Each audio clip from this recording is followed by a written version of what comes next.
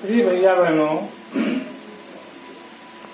आज हम English grammar में आपको use of has, have and had का प्रयोग बताएंगे।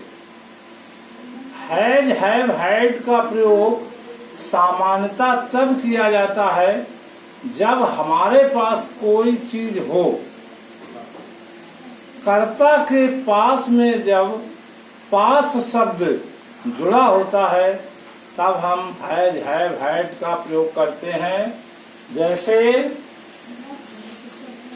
मेरे पास एक पेन है।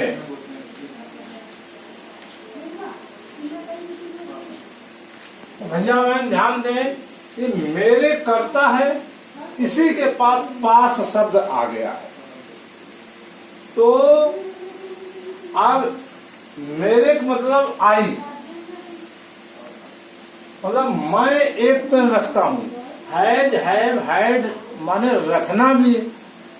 मैं एक पेन रखता हूं या मेरे पास एक पेन है, बात एक ही है।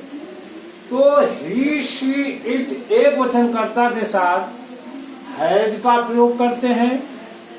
आई, वी, यू, दे तथा बहुवचन कर्ता के साथ हैव का प्रयोग करते हैं जब वाक्य प्रेजेंट में हो, अर्थात वाक्य के अंत में है, हूं, हो का प्रयोग हो।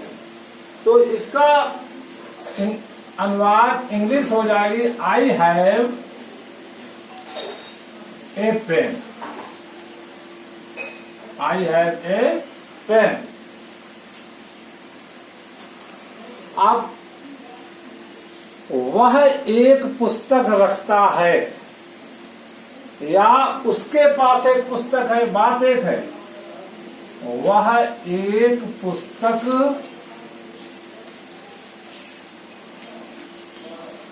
रखता है अथवा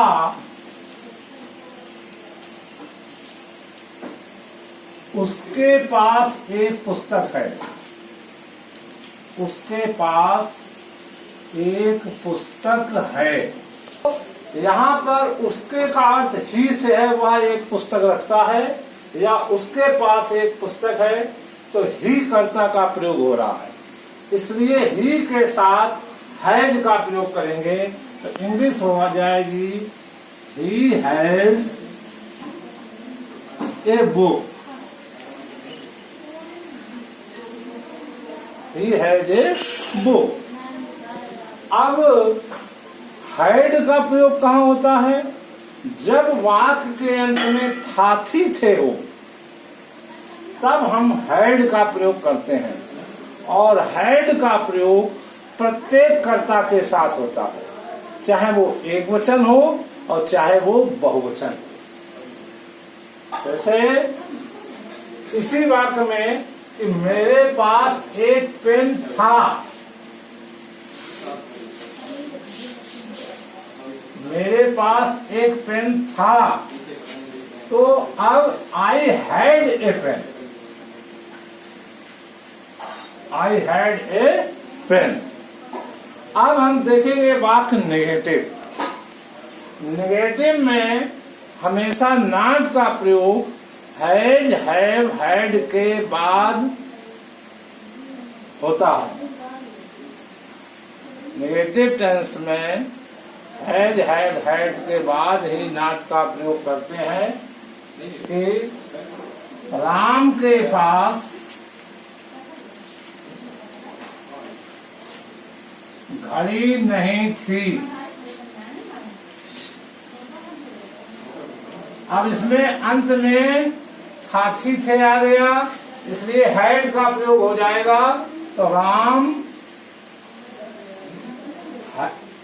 हैड नॉट ए वॉच।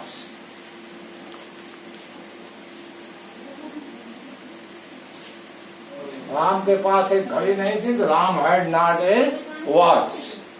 इसी प्रकार से जब प्रेजेंट में कोई हो कि मेरे पास एक घड़ी नहीं है, तो I have not a watch. उसके पास एक घड़ी नहीं है, तो he has not a watch. अब देखते हैं इंट्रोगेटिव।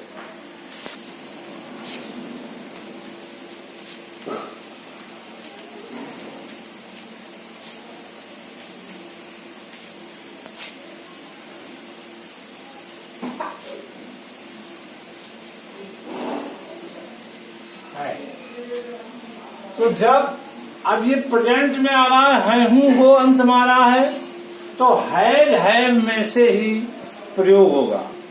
तो सहायक क्रिया हैव जो है यही सबसे पहले आ जाएगी। तो राम के अनुसार हैज आना है कि हैव आना है कि हैड आना है। हैड तो आना नहीं है क्योंकि साथी थे नहीं है, तो हैज में से आना है।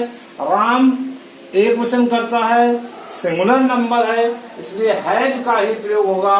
तो आ जाएगा हैज राम ए रेडियो।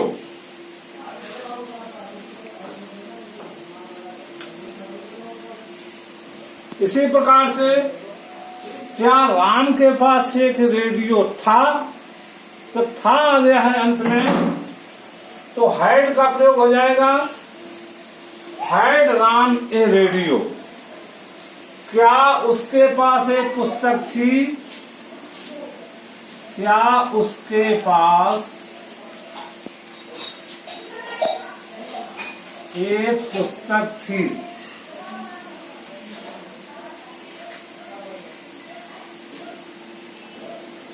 तो था थी आ गया, तो हैड आएगा पहले। हैड ही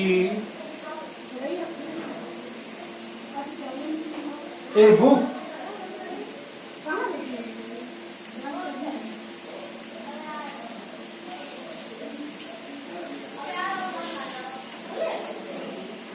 प्रश्नवाचक वाक्य है, इसलिए प्रश्नवाचक चिन्ह लगाना आवश्यक है।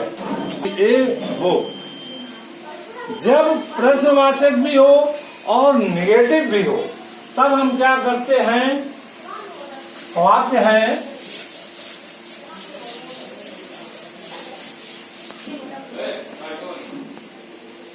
क्या राम के पास पुस्तक नहीं थी? समझिए, क्या उसके पास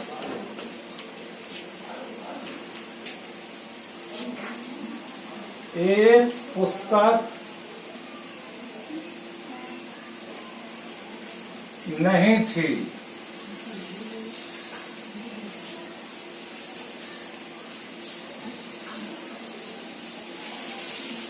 भी है और नेगेटिव भी है, लेकिन साथी लगा है तो हैड का प्रयोग होगा। अब उसके पास, उसके जो शब्द है इसमें ही भी हो सकता है और शी भी हो सकता है, क्योंकि वो लड़का भी हो सकता है और लड़की भी हो सकती है। तो हम लड़की के हिसाब से बनाते हैं, तो had she not a book, अथवा had he not a book. इस प्रकार से हम हैज, हैव एंड हैड का प्रयोग करते हैं। समझ में आ गया होगा। कल मैंने ये पढ़ाया था, लेकिन लाइट चले जाने की वजह से वीडियो साफ नहीं बन पाया, तो इसे मैं पुनः आज समझा कर के इसकी एक्सरसाइज और कुछ नियम आपको लिखित रूप से एक फोटोकॉपी के माध्यम से भेज रहा हूँ। धन्यवाद।